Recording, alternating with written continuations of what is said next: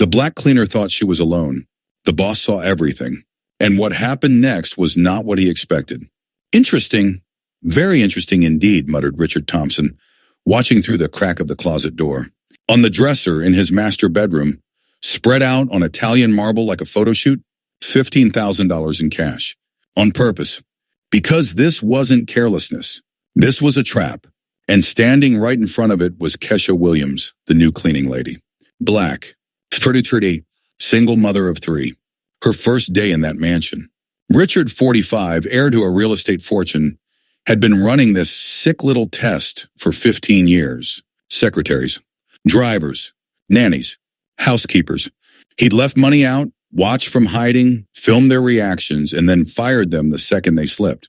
Every failure to him was proof of his favorite belief. Poor people are naturally dishonest. Tonight he expected the same show. His phone camera was already recording. He knew the script by heart.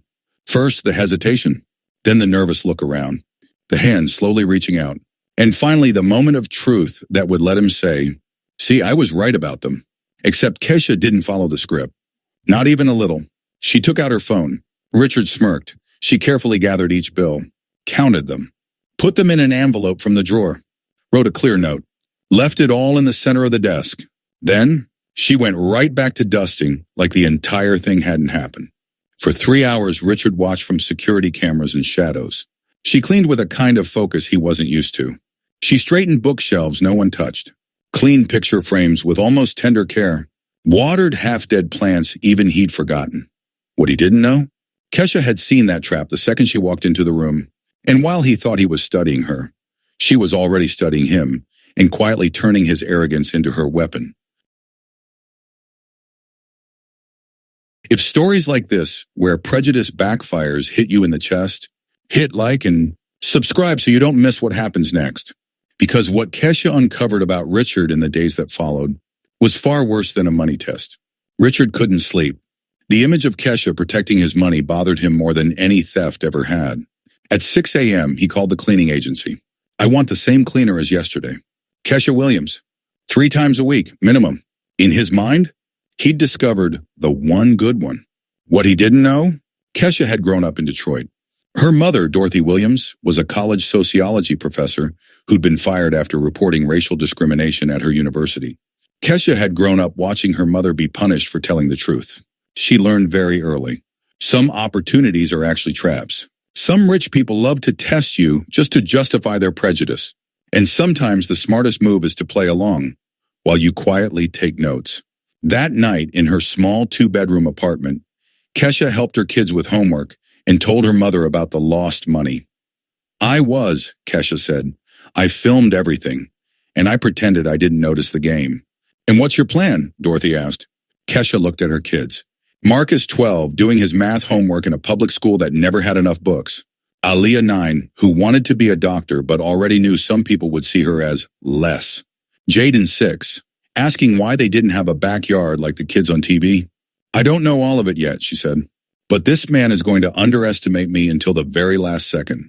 And by the time he figures it out," she smiled, "it'll be too late." The next week, Richard escalated the test. He left expensive jewelry scattered around. Forgot his wallet open, cards visible. Left a safe jar with important documents in plain sight. Every time, Kesha. Took photos. Documented everything, put the items in a safer spot. Left a note on the monitors. Richard watched, fascinated. "Amazing," he muttered. "I finally found one who isn't like the others." He didn't stop being prejudiced. He just decided she was an exception. He started talking to her more. Not like an equal, like a pet project. "You must feel lucky to work in houses like this," he said one afternoon as she wiped down the kitchen counters. "Yes, sir," Kesha replied, calm. "I appreciate the opportunity. I imagine most people from your community wouldn't have the discipline you have," he added. Kesha felt her blood spike, but her face never showed it. "You're right," she said sweetly. "Not everyone has an education." What he didn't know? Kesha had a business degree. She'd worked in corporate offices until the 2008 crisis knocked her out of her field, and the gap on her resume, plus quiet racism, kept her out. So she took whatever job she could. Cleaning wasn't a failure. It was survival.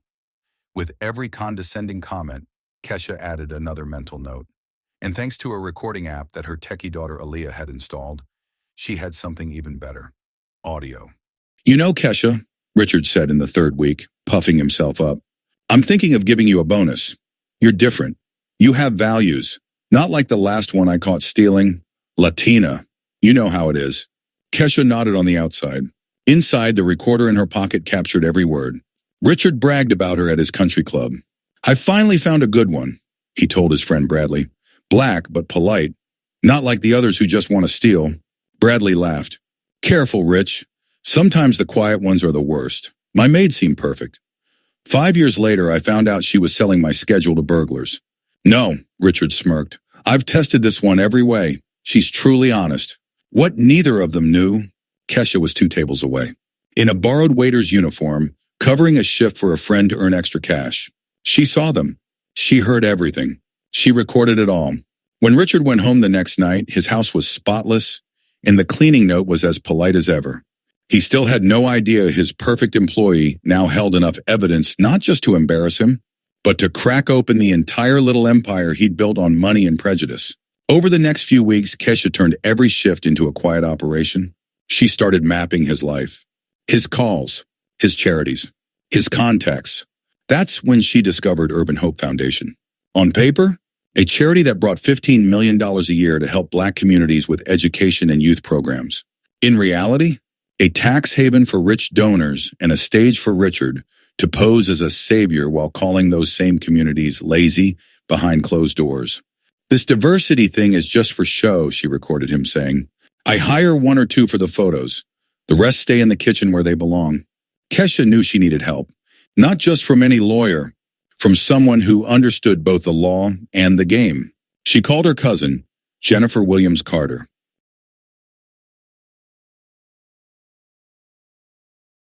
Harvard-educated labor and civil rights lawyer, one of the best in the field. Rejected by more than a few clients the moment they realized their new Harvard lawyer was a Black woman. Cousin, Kesha said late one night, I think I have something you'll want to see. She laid it all out. The tests, the money, the comments, the charity, the transfers. There was a long pause. Kesha, Jennifer finally said, you haven't just got a discrimination case. You've stumbled into a money laundering scheme disguised as charity, and this man sits on a board that handles millions a year. Can you sue him? Kesha asked. I can do more than sue him, Jennifer replied. I can take down his entire network. But I need more evidence, and you're going to have to keep playing the perfect maid a little longer. So Kesha turned it up. Every time she cleaned Richard's office, she noticed Urban Hope documents lying around. Mr. Richard, do you want me to leave these foundation papers here or put them away? She'd ask. Just toss them in the drawer, Kesha, he'd shrug. Boring stuff. You wouldn't understand it. Before they disappeared, she photographed every page. Richard started treating her like some kind of confidant. You should give talks in your community, he told her. Teach them how to behave in family homes. Most of them don't have your education. You're right, sir, Kesha said. Maybe I will. And she did give talks, not to his friends, to lawyers, auditors, and investigators, because Jennifer had quietly pulled in a team specializing in financial crimes, nonprofit fraud, and racial discrimination. The turning point? A party. Richard invited Kesha to serve drinks at an event at his home.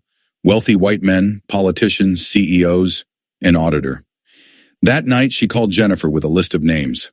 There was a long silence on the other end. Cousin, Jennifer said, you just handed me the biggest charity laundering case I've ever seen. Richard's arrogance grew.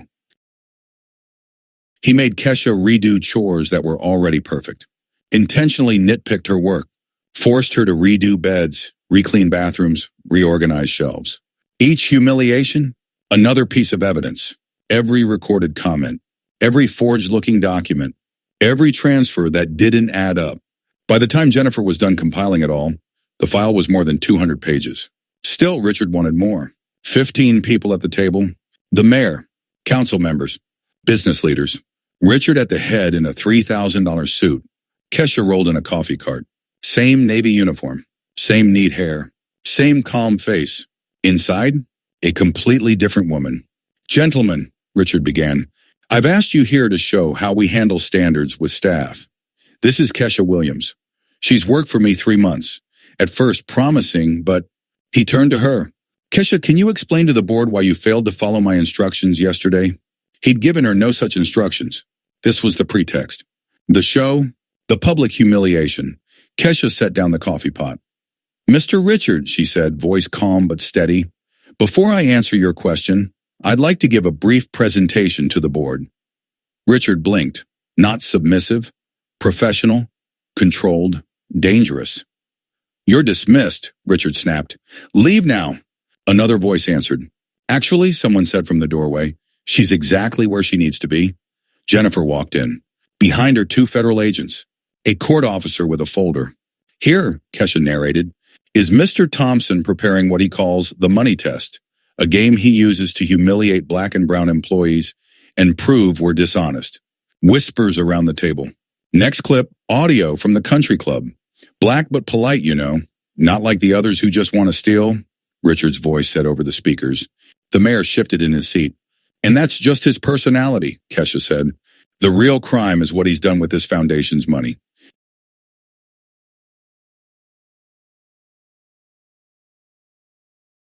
Kesha, he begged, please, I have a family, I can change. She looked at him with a kind of peace that comes only from knowing you chose yourself and the truth over fear. You had 3 months to show me who you are, she said. I just showed the world. 18 months later, Kesha sat in an office on the 23rd floor of a downtown building.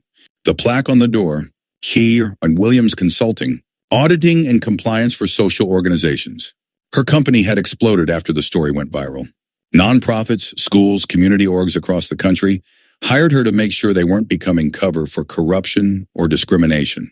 Mom, 5 more proposals came in, Aaliyah, now 11, said, carrying a stack of folders. 2 from D.C., 1 from Chicago. Her kids went to good schools now, not bought by scandal.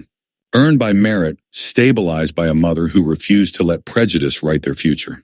Across town, in a cramped apartment, Richard Thompson woke up for his night shift, his fortune gone.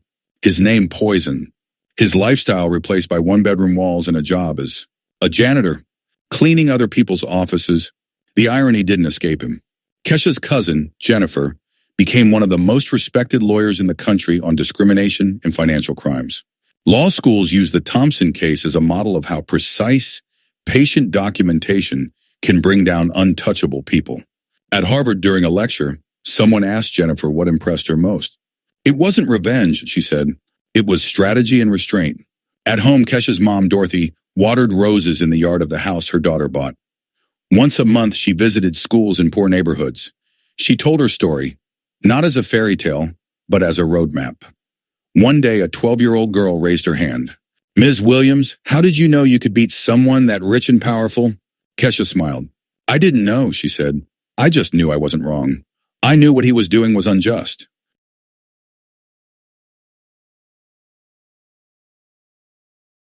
And I trusted that if I stayed patient, stayed smart, and didn't let him turn me into what he thought I was, eventually the truth would have more power than his money. Richard tried writing to her, calling, offering help in cases. She never responded. Not because she was cruel, because some people are best left as closed chapters. Last time they crossed paths, it was at a red light. Richard on a bus to another night shift. Kesha, driving home from a meeting about a national compliance program. Their eyes met for a second. He looked away. She drove on. No anger. No gloating. Just peace. Because the best revenge was never about destroying somebody else. It was building something so meaningful, so solid, that the people who tried to break you become a footnote. Richard thought he was testing a black cleaner's honesty. In reality, life was testing him. He failed. She didn't. She proved that integrity, patience, and intelligence will always outlast prejudice and arrogance. If this story of karma and justice lit something inside you, tap like. Share it with someone who's been underestimated. Tell me in the comments, have you ever been tested or judged just because of who you are? And if you want more stories where people flip the script on power, subscribe and turn on notifications. Because sometimes the cleaning lady isn't just wiping surfaces. She's quietly preparing to clean house on the whole system.